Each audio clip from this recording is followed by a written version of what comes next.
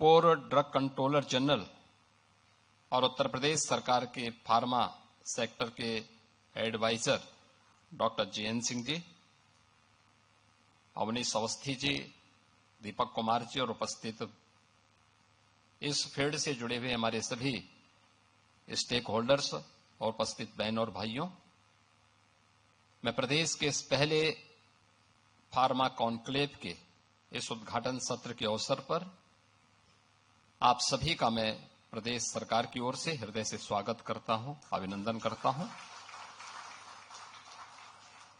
मैं आभारी हूं आदरणीय स्वास्थ्य और परिवार कल्याण मंत्री भारत सरकार माननीय श्री जगत प्रकाश नड्डा जी का, जो केंद्र सरकार के बजट सत्र के कारण स्वयं यहां पर भौतिक रूप से उपस्थित नहीं हो पाए, लेकिन उन्होंने अपना संदेश अभी वर्चुअल मोड पर हम सबके सामने प्रस्तुत किया है। मैं उनकी इस शुभकामना के लिए उनके प्रति हृदय से धन्यवाद देता हूं। मित्रों, जो हम लोगों ने अभी यहां पे कहानी देखी है और पढ़ी है और जिसके बारे में हमने अभी इस फील्ड से जुड़े हुए जितने भी कैप्टन हैं उनके विचारों को सुना है, वह हम सब के लिए एक नया प्रोत्साहन भी है और एक प्रेरणा भी। क्योंकि स्वाभाविक रूप से जो उत्तर प्रदेश की स्थिति थी, एक लंबे अंधकार के कालखंड से इसे उभार करके जब हम लोग इस स्थिति में आए कि अब हम लोग आपके लिए सही मायने में एक लंबे समय के लिए रेड कारपेट को बनाए रख सकते हैं, तब हम लोगों ने आपको इस कॉन्क्लेव के लिए यहां पर आमंत्रित किया है। और इस पहले कॉन्क्लेव के अवसर पर जब उत्तर प्रदेश ने उसके लिए उस प्रकार की तैयारियां की हैं, पूरी होमवर्क करने के बाद हम लोग यहां पर आए हैं। मुझे याद है जब हम लोगों ने आज से 5 वर्ष पहले मैंने डॉक्टर जीएन सिंह जी से इस बारे में अनुरोध किया था कि वे उत्तर प्रदेश सरकार के फार्मा के एडवाइजर के रूप में अपनी सेवाएं दें, तो उनको शुरू में थोड़ा हिचकिचाहट थी। मैंने कहा आप आइए और जिस भी रूप में आप यहां पे हमारे साथ जुड़ना चाहेंगे हमें प्रसन्नता होगी। और उनको हमने जिम्मेदारी दी थी कि हां, आप इस प्रयास को थोड़ी भी गति देंगे तो उसका लाभ होगा। और इसके बाद हमारी ये कार्रवाई आगे बढ़ती हुई दिखाई दी, जिसमें हम लोगों ने ललितपुर में, क्योंकि ललितपुर हमें उस समय इसलिए चयन करना पड़ा था, जैसे एनजीटी के प्रकोप से बचा करके हम लोग इंडस्ट्री को यूपी के अंदर लाने में आसानी से हमें एक आसान रास्ता हम उपलब्ध करवा सके। बहुत ही अच्छा प्राकृतिक वातावरण है, पर्याप्त जल संसाधन है। और ललितपुर के बारे में कहते हैं कि ललितपुर न छोड़ियो, यानी ललितपुर के बारे में कहा जाता है कि जो ललितपुर एक बार आता है तो उसके मन में हमेशा एक भाव रहता है कि ललितपुर को अब कभी नहीं छोड़ना है, क्योंकि वो बहुत अच्छा प्राकृतिक दृष्टि से भी और संसाधनों की दृष्टि से भी बहुत महत्वपूर्ण जनपद होने के नाते हम लोगों ने प्रदेश के पहले फार्मा पार्क के लिए वहां पे लैंड अधिग्रहित की और अब वहां पर उसे विकसित करके आवंटन की कार्रवाई को हम लोगों ने तेजी के साथ आगे बढ़ाना प्रारंभ किया।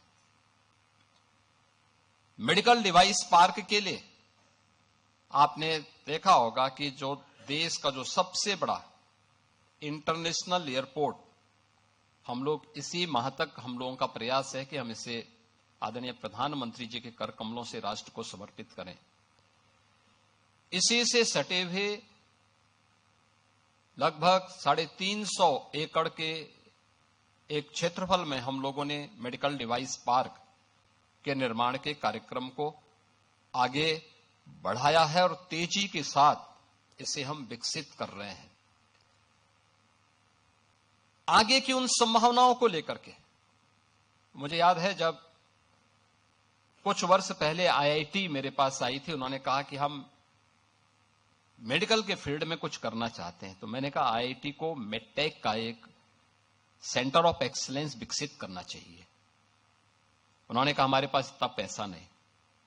हमने कहा राज्य सहयोग करेगा। मैंने उस समय के हमारे एडिशनल चीफ सेक्रेटरी और वर्तमान में एडवाइजर के रूप में कार्य कर रहे हैं श्री अवनीश अवस्थी जी, उनको मैंने कहा कि भाई आप आईआईटी कानपुर के प्रोडक्ट हैं, आप एक बार वहां जाके देखें तो इसके बारे में क्या हो सकता है। और वे गए और उसके बाद आईआईटी कानपुर के साथ मिलकर के हम लोग मेडटेक के एक सेंटर ऑफ एक्सीलेंस को विकसित करने के दिशा में हम लोगों ने उस समय कहा भी हम राज्य की तरफ से 50 करोड़ देंगे। और आप आश्चर्य करेंगे कि इस समय 1200 करोड़ रुपए का एक मेडटेक का सेंटर ऑफ एक्सीलेंस वहां बहुत अच्छे ढंग से विकसित हो रहा है, जिसमें स्टेट गवर्नमेंट भी सपोर्ट कर रहा है और आईआईटी कानपुर के एलुमनाई उसमें सपोर्ट कर रहे हैं उस पूरे सेंटर को विकसित करने के लिए। बहुत अच्छे ढंग से विकसित कर रहे हैं।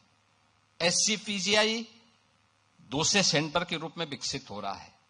और उत्तर प्रदेश में जो इसके बारे में यहां पर हमारे नीति आयोग के माननीय सदस्य डॉक्टर विनोद पॉल जी ने जो बात यहां पर कही है कि उत्तर प्रदेश में पहले से इस प्रकार की संभावनाएं हैं। हमारे पास नेशनल लेवल की 4 सेंट्रल लेबोरेटरीज यूपी के अंदर पहले से मौजूद हैं। सीडीआरआई है, एनबीआरआई है, इस प्रकार की पूरी लाइब्रेरी इसी लखनऊ में मौजूद हैं। तमाम सेंटर ऑफ एक्सीलेंस यहां पे पहले से मौजूद उत्तर प्रदेश में मौजूद है। और उत्तर प्रदेश के अंदर फार्मा सेक्टर के लिए सबसे बड़ा कंज्यूमर मार्केट भी है और सबसे बड़ा वर्क फोर्स भी यूपी के अंदर आपको यहां पे प्राप्त हो सकता है। और इस दृष्टि से आज यूपी के अंदर जिस प्रकार का हमारे पास इंफ्रास्ट्रक्चर है, आपने अगर यूपी के इंफ्रास्ट्रक्चर की आप बात करेंगे तो मुझे याद है आज से 9 वर्ष पहले हमारे पास 1.5 एक्सप्रेसवे थी और आज भारत के 55% एक्सप्रेसवे पर उत्तर प्रदेश का कब्जा है। उत्तर प्रदेश के पास देश की 55% एक्सप्रेसवे यूपी के पास है। उत्तर प्रदेश के अंदर हमारी इंटरनेशनल और इंटरस्टेट कनेक्टिविटी 4 लेन के साथ जुड़ी हुई है। हर जिला मुख्यालय 4 लेन के साथ, तहसील और ब्लॉक मुख्यालय 4 लेन और 2 लेन के साथ हमारी जुड़ी हुई है। 25 करोड़ की आबादी उत्तर प्रदेश के अंदर है। बेहतर कनेक्टिविटी है, पर्याप्त जल संसाधन है और इतना इंफ्रास्ट्रक्चर यानी रेल का सबसे बड़ा नेटवर्क हमारे पास। देश के अंदर सबसे अधिक सिटी में मेट्रो का संचालन, देश का पहला इनलैंड वाटरवे, देश की पहली रैपिड रेल और देश के अंदर सबसे अधिक एयरपोर्ट रखने वाला राज्य आज उत्तर प्रदेश है। मुझे याद है आज से 9 वर्ष पहले एक सपना होता था। मुझे अगर दिल्ली जाना होता था गोरखपुर से तो मुझे पहले गोरखपुर से लखनऊ आना होता था, लखनऊ से फिर मैं दिल्ली जाता था। गोरखपुर से लखनऊ पहुंचने मुझे 6 घंटे लगते थे और फिर यहां से फ्लाइट पकड़ता था दिल्ली के लिए। आज यूपी की कनेक्टिविटी क्या है? आज कोई लखनऊ से गोरखपुर जाना चाहेगा तो मात्र 3 घंटे में पहुंच सकता है, यानी 6 घंटे की दूरी को 3 घंटे में की गई है। 4 लेन की कनेक्टिविटी से, हाईवे से भी और एक्सप्रेसवे से भी जुड़ा हुआ है। गोरखपुर से एक फ्लाइट चलती थी और वह भी कभी कभी, आज वहां से 14 फ्लाइट चल रही हैं, देश के अलग अलग सिटी के साथ जुड़ी हुई हैं। हमारे वर्तमान में 16 एयरपोर्ट क्रियाशील हैं। उस समय केवल 2 एयरपोर्ट हमारे क्रियाशील थे, 2 आंशिक रूप से थे। आज नए एयरपोर्ट बने हैं।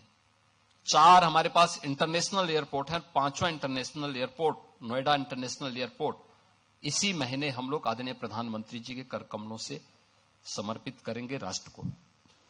यानी कनेक्टिविटी, इंफ्रास्ट्रक्चर का विकास और बेहतरीन निवेश के अवसर उत्तर प्रदेश के अंदर विकसित करने के बावजूद भी उत्तर प्रदेश देश के उन बड़े राज्यों में एक है जिसने अपना फॉरेस्ट कवर भी बढ़ाया है।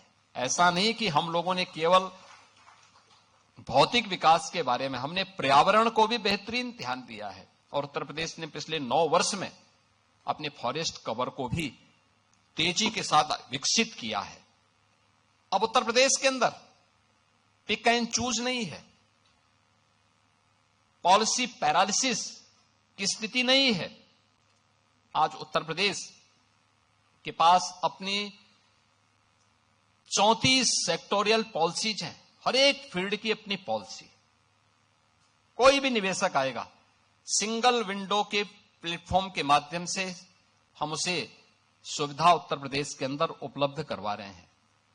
इंसेंटिव वितरण के लिए मैं स्वयं उसकी मॉनिटरिंग करता हूं कि अगर किसी निवेशक ने, किसी इन्वेस्टर ने यहां निवेश किया है तो पॉलिसी के दायरे में रह करके उसको हमने समय पे उसका इंसेंटिव दिया है कि नहीं दिया है, और फिर इसमें हर एक स्तर की जवाबदेही भी तय होती है। अक्सर होता क्या था कि सरकारें वायदा तो करती थी लेकिन देने की जब बात आती थी तो उसमें कुछ न कुछ ऐसे लोगों लगा लेते थे कि वह कभी भी सुलझता नहीं था। हमने कहा भी नहीं, जब सरकार ने एक बार कह दिया है, बहुत बार होता है सरकार बदलती है, हमने कहा भी सरकार सरकार होती है, व्यक्ति बदलता है। किसी भी सरकार ने कोई पॉलिसी बनाई है उसका पालन करना अगले का दायित्व बनता है। किसी ने भी यहां पे तय किया हो, 2007 में तय किया हो, 2012 में तय किया हो, 2014 में तय किया होगा, अगर किसी सरकार ने तय किया है उसको हम लागू करेंगे। हमने उसको प्रभावी ढंग से लागू किया, नई पॉलिसीज दी हैं, पॉलिसी के दायरे में बिना भेदभाव के हर एक इन्वेस्टर को उसका इंसेंटिव भी समय पे हम लोगों ने उपलब्ध करवाया है। उत्तर प्रदेश आज जिस दिशा में आगे बढ़ा है, यहां पे अभी हमारे डिप्टी सीएम भी बता रहे थे, हम लोग जब आए थे हमारे पास निजी क्षेत्र के मेडिकल कॉलेज ज्यादा थे, गवर्नमेंट के कम थे। हॉस्पिटल्स की स्थिति बहुत खराब थी, बहुत दयनीय स्थितियां थी, और हम लोग तो उन परिस्थितियों से जूझे हैं, देखे हैं। लोग मरते थे, कोई पूछने वाला नहीं था, बीमारी से लोग तड़पते थे, और समाचार पत्रों में, मीडिया में आता था अज्ञात बीमारी से इतने लोग मर गए। बीमारी अज्ञात, आज के समय में भी अज्ञात थी। मुझे एक जनप्रतिनिधि के रूप में इस लड़ाई को सड़क से लेकर संसद तक लड़नी पड़ती थी। लंबी लड़ाई को हम लोग लड़े, और आज मैं कह सकता हूं कि पूर्वी उत्तर प्रदेश में और उत्तर प्रदेश के 38 जनपदों में इंसेफ्लाइटिस जैसी बीमारी को हम लोगों ने आज पूरी तरह समाप्त कर दिया है, पूरी तरह समाप्त किया है। यानी ये सरकार की नीयत साफ है, उसकी नीतियां हैं, हर एक व्यक्ति तक शासन की योजना का लाभ ईमानदारी के साथ पहुंच जाए, तो मेरा यह मानना है कि वह सब कुछ किया जा सकता है जो एक कॉमन मैन के मन में होता है। हम लोग इस बात को बोलते थे, जो जिन परिस्थितियों से उत्तर प्रदेश के लोग जूझ रहे थे, लोग बोलते थे कैसे ठीक होगा। हमने कहा ठीक होगा। ये उत्तर प्रदेश में आप अनुमान करिए 2012 से लेकर के 2017 के बीच में 900 से अधिक दंगे हुए थे। अनुमान कर लीजिए, कोई सिटी ऐसी नहीं थी जहां कर्फ्यू का दौर उस सिटी के अंदर न गुजरी हो। कोई उद्यमी, कोई चिकित्सक, कोई व्यापारी ऐसा नहीं रहा होगा जिसने गुंडा टैक्स न दिया हो। इस दौर में अराजकता चरम पर थी। यहां का युवा पलायन करता था, सरकार के पास कोई पॉलिसी नहीं थी। परिणाम क्या था? जब सुरक्षा नहीं होगी, जो पहले से उद्यम थे वह भी यहां से प्लान कर रहे थे, जैसे तैसे वे भागने के लिए मजबूर थे। यहां पे सब जुनेजा जी अपनी बात को कह रहे थे, ये उनकी अपनी पीड़ा थी, जहां उनका बचपन बीता। उस धरती को छोड़ना उनके लिए अत्यंत कठिन रहा होगा, लेकिन उनकी मजबूरी थी कि उन्हें अपनी सुरक्षा भी चाहिए थी। और केवल एक जुनेजा जी की बात नहीं थी, ये उत्तर प्रदेश के हर उद्यमी की, हर व्यापारी की, हर उस व्यक्ति की पीड़ा है जिसने उस दौर को देखा है, 2003 से लेकर के 2017 के बीच के उस दौर को देखा है, जब व्यापक कर्फ्यू में अपहरण के लिए यहां पर अपहरण होते थे, फिरौती वसूली करने के लिए। और उन स्थितियों में जब आदरणीय प्रधानमंत्री जी ने और हमारी पार्टी ने दायित्व तो मुझे उपलब्ध दिया था, तो हमें इस चुनौती का सामना भी करना था और हर एक नागरिक के मन में एक विश्वास भी पैदा करना था। स्वाभाविक रूप से यह हम पिक एंड चूज से नहीं कर सकते थे। हम लोगों ने तय किया भाई जीरो टॉलरेंस फिर सब पे बराबर लागू होगा।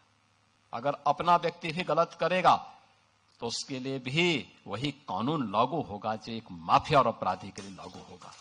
कोई अपना पराया नहीं होगा। और हम लोगों ने इस मामले में जब कार्रवाई प्रारंभ की, प्रयास तो किया कि कानून के दायरे में रह करके करें, लेकिन बहुत बार होता है, आप भी इस बात को समझते होंगे, भाई अगर सामने वाला व्यक्ति कानून से भयभीत नहीं है तो फिर उसको कानून के दायरे में ला करके कानून की भाषा समझाना तो फिर तात्कालिक परिस्थिति हो जाती है। बहुत बार लोग टिप्पणी करते हैं कि पुलिस ने गोली क्यों मार दी। अगर पुलिस गोली ना मारी तो क्या पुलिस गोली खाए? ये दोनों काम एक साथ नहीं चल सकते। अगर उस अपराधी को गोली चलाने की स्वतंत्रता है तो पुलिस के पास भी हमने इसीलिए पिस्तौल दी है कि वह भी उसके सामने उसका मुकाबला करे। उसका प्रशिक्षण इसी बात को लेकर के हो रखा है और उसको जिस भाषा में समझे उस भाषा में उसको समझाने का काम करे। और उस भाषा में जब समझाया गया, आपने देखा होगा पिछले 9 वर्ष में बड़े बड़े पर्व और त्योहार हो रहे हैं, सारे सकुशल संपन्न हो रहे हैं। कहीं कोई शांति भंग की बात नहीं करता है, कहीं कोई अराजकता की बात नहीं करता है, कहीं कोई फिरौती की बात नहीं करता है, कहीं कोई दंगा नहीं है, कोई फसाद नहीं है, कोई गुंडा टैक्स नहीं है। आज कहीं भी इस प्रकार की स्थिति नहीं है और उत्तर प्रदेश निवेश के एक बेहतरीन गंतव्य के रूप में अपने आप को स्थापित किया है। मुझे याद है जब मुझे पहला इन्वेस्टर समिट करना था तब हमारे औद्योगिक विकास के मंत्री आए थे। उन्होंने कहा था कि हम एक यहां पे अपना इन्वेस्टर समिट करना चाहते हैं। तो मैंने उनसे पूछा कितने का आप निवेश करना चाहते हैं। उन्होंने कहा कि इन्वेस्टर समिट में हम लोग 20,000 का टारगेट लेके चल रहे हैं। मैंने कहा बहुत छोटी राशि है, थोड़ा बड़ा सोचो, बड़ी सोच के साथ काम करो, पॉलिसीज तैयार करो। 20,000 करोड़ के लिए मैं प्रधानमंत्री जी को नहीं आमंत्रित करूंगा। तो उन्होंने कहा अरे कौन आएगा यूपी में। हमने कहा लाना तो है, उस प्रकार की परिस्थिति पैदा करनी है। और आज जब हम यहां पे इस फार्मा कॉन्क्लेव के अवसर पर हैं, मैं आपको कह सकता हूं कि यूपी को अब तक 2017 से अब तक 50 लाख करोड़ रुपए के निवेश के प्रस्ताव प्राप्त हुए हैं, जिनमें से हम लोगों ने 20 लाख करोड़ रुपए के निवेश के प्रस्तावों को अलग अलग समय में यूपी के अंदर ग्राउंड ब्रेकिंग किया है। इनमें ज्यादातर प्रोडक्शन शुरू हो गया है। आज आप देखते होंगे अनएम्प्लॉयमेंट रेट में यूपी देश के अंदर न्यूनतम स्थिति में है। बहुत कम है, हमारे यहां 2.30% है। इतने बड़े राज्य में 25 करोड़ की आबादी में, उस 25 करोड़ की आबादी में वो कोई उस देश की नहीं जहां की आबादी बूढ़ी हो रही हो, ये उस देश की है जहां पे 56 से 60% आबादी अपने आप में स्किल वर्क फोर्स हो, जवान है, काम कर सकती है, काम कर रही है, कामकाजी है। और उस राज्य के अंदर उस बड़ी आबादी के लिए, उस प्रकार की स्थिति के लिए हम लोगों ने अपने कार्य को, इसके लिए हमें रिफॉर्म करने पड़े, हमें उस प्रकार की सुविधाएं देनी पड़ी, हमें उस प्रकार के अलग अलग सेक्टर में उस प्रकार के परिवर्तन करने पड़े। और आज मैं कह सकता हूं कि हमारे पास लैंड बैंक भी है, हम सुरक्षा भी दे रहे हैं, बेहतरीन इंफ्रास्ट्रक्चर भी दे रहे हैं, और लैंड बैंक की भी सुविधा है। और प्लग एंड प्ले के लिए भी हम लोगों ने विभाग से कहा है कि जितना सस्ता हो सकता उतनी सस्ती लैंड उपलब्ध कराइए, जितनी अच्छी R&D की सुविधा हो सकती है उसको डेवलप करने के लिए, उसके लिए जितना पैसा लगता है। आज यूपी बीमारू राज्य नहीं है, देश की इकोनॉमी का एक ब्रेक थ्रू बनकर के उभरा है। आज रेवेन्यू सरप्लस के रूप में उत्तर प्रदेश कार्य कर रहा है, और इसके लिए जितनी भी धनराशि की आवश्यकता पड़ेगी हम लोग लगाएंगे, लेकिन हमें उस प्रकार के इकोसिस्टम को अपने साथ जोड़ना है। जब सभी लोग प्रयास करेंगे तो परिणाम आएंगे, और वो परिणाम हम लोग उस रूप में प्रस्तुत कर रहे हैं विकसित भारत की संकल्पना को आगे बढ़ाने के लिए। मैं आभारी हूं आदरणीय प्रधानमंत्री जी का। भी इसी फरवरी माह में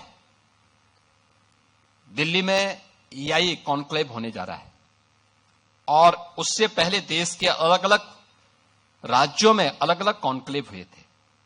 यूपी को मेडिकल के फील्ड में यूपी क्या कर सकता है, EI के सेक्टर में, मेडिकल फील्ड में EI का क्या रोल हो सकता है, यूपी उस कॉन्क्लेव को यहां पे लीड किया था। और हम लोगों ने उस समय यूपी के लिए EI मिशन के लिए 2000 करोड़ रुपए की घोषणा की थी, जिसको हम 3 वर्ष में एक समान रूप से आगे बढ़ाने का कार्य करेंगे। और आज वह कार्य जिसको हम यहां फार्मा के रूप में भी, फार्मा कॉन्क्लेव के माध्यम से आगे बढ़ा रहे हैं। मैं सबसे पहले धन्यवाद दूंगा उन सभी कंपनियों का जिन्होंने हमारे साथ इस पहले कॉन्क्लेव के अवसर पर MOU किया है, और उत्तर प्रदेश की फार्मा पॉलिसी पर उन्होंने विश्वास करते हुए उत्तर प्रदेश के अंदर उस प्रकार के निवेश की संभावनाओं को आगे बढ़ाने के लिए हम पर विश्वास किया है। उसमें अन्ना फार्मा है, बायोजेटा लाइफ साइंसेज प्राइवेट लिमिटेड है, शुक्रा फार्मास्यूटिकल है, Walter Bushnell enterprises private limited है, जानविका लैब्स प्राइवेट लिमिटेड है, कोरो हेल्थ GCC है, मार्क लेबोरेटरीज है, हाई ग्लेस लेबोरेटरीज है, रास्पा फार्मा है, रामसंस मेडवर्ड है, कोटेक हेल्थ केयर है। मैं इन सब का हृदय से धन्यवाद दूंगा कि उन्होंने उत्तर प्रदेश पर विश्वास किया है। मैं आज के इस अवसर पर इस बात के लिए आप सबको आश्वस्त करता हूं कि आदरणीय प्रधानमंत्री जी का जो विजनरी लीडरशिप है देश को प्राप्त हुआ है, पिछले 11 वर्ष में हमने बदलते हुए भारत को देखा है। आज भारत जिसको लोग गंभीरता से नहीं लेते थे 2014 के पहले, आज वही भारत जब अपनी नीतियों पर अडिग रहता है तो बड़ी बड़ी वैश्विक ताकतों को भारत के सामने झुकने के लिए मजबूर होना पड़ता है। भारत अपनी नीतियों का पालन करेगा और अपनी नीतियों पर दुनिया को ले जाने का कार्य करेगा। भारत का नियंता दूसरा नहीं होगा, भारत अपना नियंता स्वयं बनेगा। ये प्रधानमंत्री जी का विजनरी लीडरशिप आज देश के अंदर तय कर रहा है। आपने देखा होगा कल हम आभारी हैं आदरणीय प्रधानमंत्री जी के और यूएस के प्रेसिडेंट डोनाल्ड ट्रंप जी का, जिन्होंने कल टैरिफ में रोल बैक करते हुए फिर से भारत के टैरिफ को कम किया है और भारत को एक विश्वसनीय सहयोगी के रूप में माना है। भारत अपनी नीतियों पर अडिग था। परिणाम है सत्यमेव जयते। यह हमेशा हुआ है, आगे भी होगा। ये विकसित भारत के सामने बढ़ रहे भारत के वे कदम हैं जिसमें भारत एक विश्वसनीय सहयोगी के रूप में भी आवश्यक है, लेकिन भारत की इस ताकत से सशंकित लोग भी हैं। हमें दोनों के प्रति सतर्क होकर के कार्य करना है और मुझे लगता है कि वैश्विक स्तर पर फार्मास्यूटिकल सेक्टर में भारत की उपस्थिति किस रूप में आगे बढ़नी है। आज भारत दुनिया के 200 से अधिक देशों के साथ अपनी दवाइयों की आपूर्ति के माध्यम से जुड़ा हुआ है। कोविड कालखंड में भारत की इस ताकत का एहसास भी दुनिया ने किया था, जब 100 से अधिक देशों को भारत ने कोविड वैक्सीन के रूप में अपनी मित्रता का एहसास कराया था और उन्हें उस समय के लिए उनके जीवन के लिए अत्यंत महत्वपूर्ण उस वैक्सीन को उपलब्ध करवाने में भारत का जो योगदान था वह हम सब के लिए अत्यंत महत्वपूर्ण था। आज मुझे इस बारे में आप सबसे कहना है कि यूपी की जब हम बात करते हैं तो यूपी के अंदर हमारे पास, जो मैंने पहले भी कहा, बेहतरीन इंफ्रास्ट्रक्चर है। लॉजिस्टिक एंड इंडस्ट्रियल जो एडवांटेज है वह भी उत्तर प्रदेश के अंदर आप सबको देखने को मिलेंगे, क्योंकि 9 वर्ष के अंदर जो हम लोगों ने प्रयास किया है, जो ये वातावरण बना है, हर एक निवेशक हर एक फील्ड में आकर के एक आत्मसंतुष्टि के भाव के साथ कार्य करता है। उत्तर प्रदेश पहला राज्य मिलेगा जहां इंडस्ट्री में 0 पॉलिटिकल इंटरफियरेंस है। कोई नहीं, आप आइए निवेश करिए, कोई पूछेगा भी नहीं। आप करिए, सरकार से अपना इंसेंटिव लीजिए, आराम से सम्मानजनक तरीके से आप आगे बढ़िए। कहीं कोई आपके किसी कार्य में हस्तक्षेप नहीं करेगा, क्योंकि एक एक कार्य की प्रतिदिन समीक्षा होती है। एक एक कार्य को हम लोग स्वयं देखते हैं कि कहीं भी कोई समस्या न होने पाए और किसी भी स्तर पर न हो। आपने देखा होगा फैक्ट्री से लेकर फार्मेसी तक एक सीमलेस सप्लाई चेन नेटवर्क भी उत्तर प्रदेश के अंदर हम लोगों ने इस दौरान विकसित की है। और इन सभी कार्यों को देखते हुए एक बेहतरीन लैंड बैंक हमारे पास मौजूद है। आप आश्चर्य करेंगे, देखिए अभी हम लोग केवल ललितपुर से ही सटे हुए झांसी जनपद में बुंदेलखंड, झांसी बुंदेलखंड रीजन में हम लोगों के पास हम बीडा नाम का एक नया इंडस्ट्रियल जोन विकसित कर रहे हैं, एक नई सिटी विकसित कर रहे हैं और इसमें एक साथ 56,000 एकड़ लैंड में ये बीडा विकसित की जा रही है। हमारे पास पहले से ही 25,000 एकड़ का लैंड बैंक पहले से मौजूद था। 2017 में जब हम लोग आए थे, उत्तर प्रदेश के अंदर कहीं लैंड ढूंढते हुए नहीं बनती थी, कोई लैंड नहीं मिल पाती थी, क्योंकि लैंड पर लैंड माफिया ने कब्जा कर रखा था।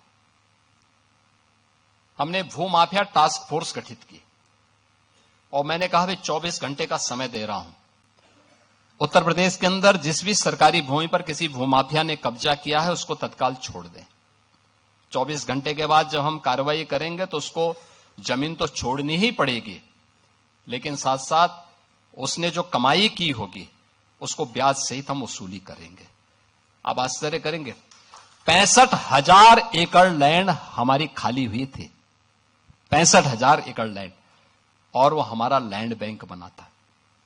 उस लैंड बैंक में हमने निवेश भी करवाए और आज हमारे पास, आपने नोएडा, ग्रेटर नोएडा को देखा होगा, ये जितने भी हमारी अथॉरिटी हैं, ये कुल हम लोगों ने इसको 46 वर्ष में विकसित किया 34,000 एकड़ लैंड में,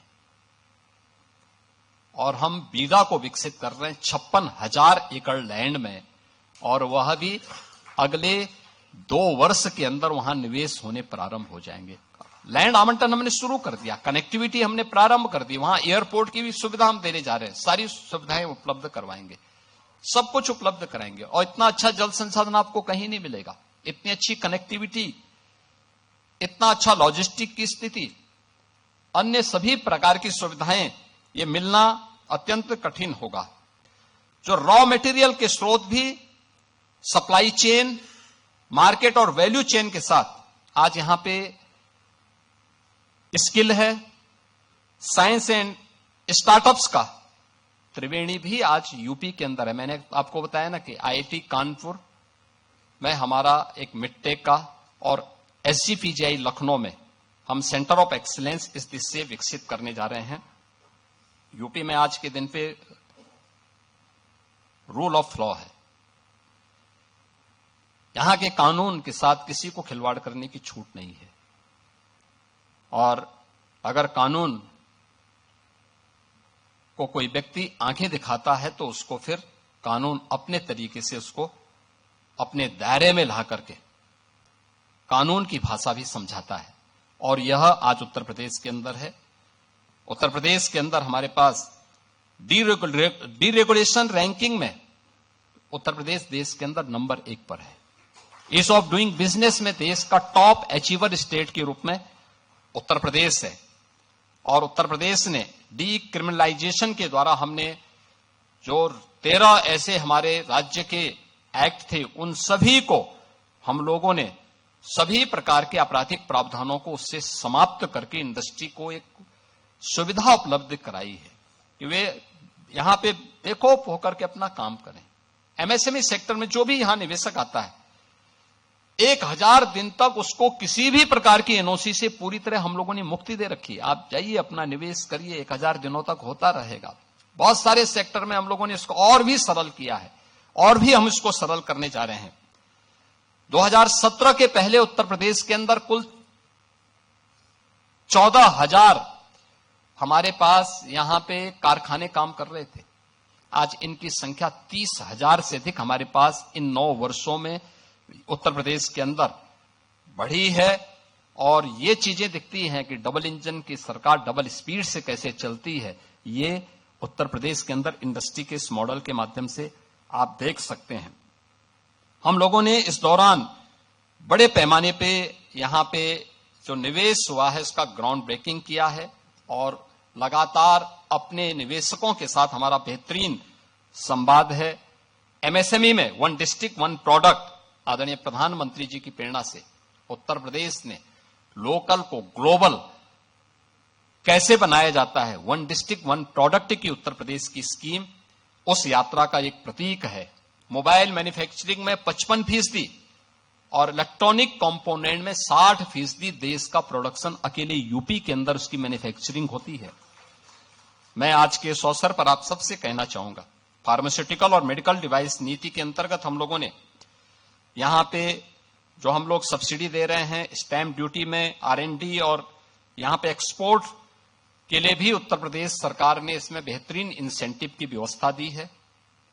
FDI एंड फॉर्चून 500 की हमारी जो पॉलिसी है, इसने भी FDI को आमंत्रित करने के लिए एक बेहतरीन अवसर उत्तर प्रदेश के अंदर यहां पे उपलब्ध कराया है।